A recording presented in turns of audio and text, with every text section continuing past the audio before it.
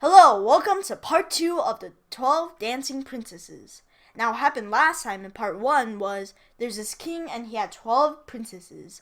So the king was very protective and then he was puzzled because every night he would lock the door to the princesses' bedrooms, but each morning the princesses, their silk dancing shoes would be worn to shreds and they would be tired and out of their minds. Not out of their minds, but very tired, yes. So the king offered a reward to whoever could solve this mystery, and a man named Rowling. He liked to think and walk at the same time. So when he sat down to eat his lunch, there's this old woman who came by, and then the Rowling said, "Hey, do you want to have my lunch?" And then the old woman said, "Wow, you're so kind. Here, have a cloak that'll make you invisible." The invisibility cloak. Nice. So Rowling went to the castle to find out the mystery, and then when he met the princesses, they offered him a goblet of wine, but Rowling thought that it contained a sleeping draught, so he poured it beneath the table and pretended to yawn.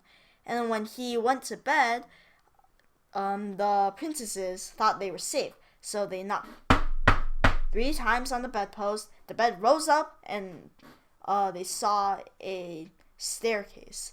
Now Rowling, wearing his invisibility cloak, followed after them, and then he stepped on the youngest daughter's gown. Yeah. So let's see what happens next.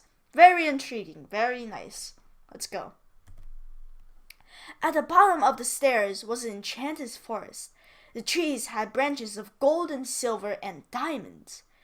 12 princes met the princesses and guided them to gondolas.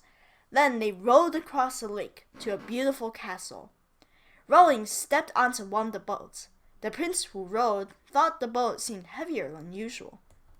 The 12 princesses and the 12 princes walked arm in arm into a grand ballroom within the castle. Rowling crept softly behind them, marveling at all that he found there.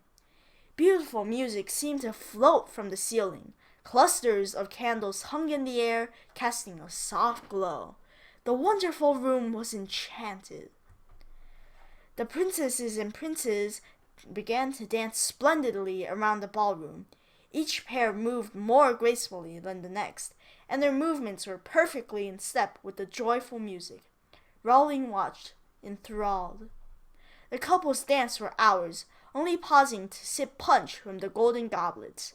Then, finally, the princess escorted the 12 princesses back to the secret staircase. Fortunately, the 12 princesses were tired from their evening of dancing, so they walked slowly. Rowling was able to hurry ahead of them and slip back into his bed before they returned. The youngest princess peeked in on him. "Our handsome guest is sleeping as though he's lived 1,000 lives," she told her sisters. With that, the princesses removed their tattered dancing slippers and placed them in a row. Then they climbed into their own beds and fell asleep. The next morning, Rowling crept out of the bed and went to find the king. He carried with him proof of all that he had seen the night before, following the princesses. "Your Majesty," said Rowling, "I have solved your riddle. It seems that your lively daughters wear out their slippers by dancing late at night." And he told the king all he knew. The king listened intently. "Can you produce proof of the story?" he asked. Rowling presented a golden goblet. "This, your Majesty, is a goblet from the castle," Rowling said. "I ask you to put your lips to it." The king raised the goblet to his lips, and it instantly filled with punch. Pow! "How is this possible?" asked the king. "The goblet is enchanted," said Rowling. Rowling then laid out 3 tree branches. One had leaves of gold, one had leaves of silver, and the last had leaves of diamond. "These are from the forest near the castle," Rowling explained. "But the greatest proof of my tale must come from your own daughters." The princesses, who were listening at the door, confirmed what Rowling had said.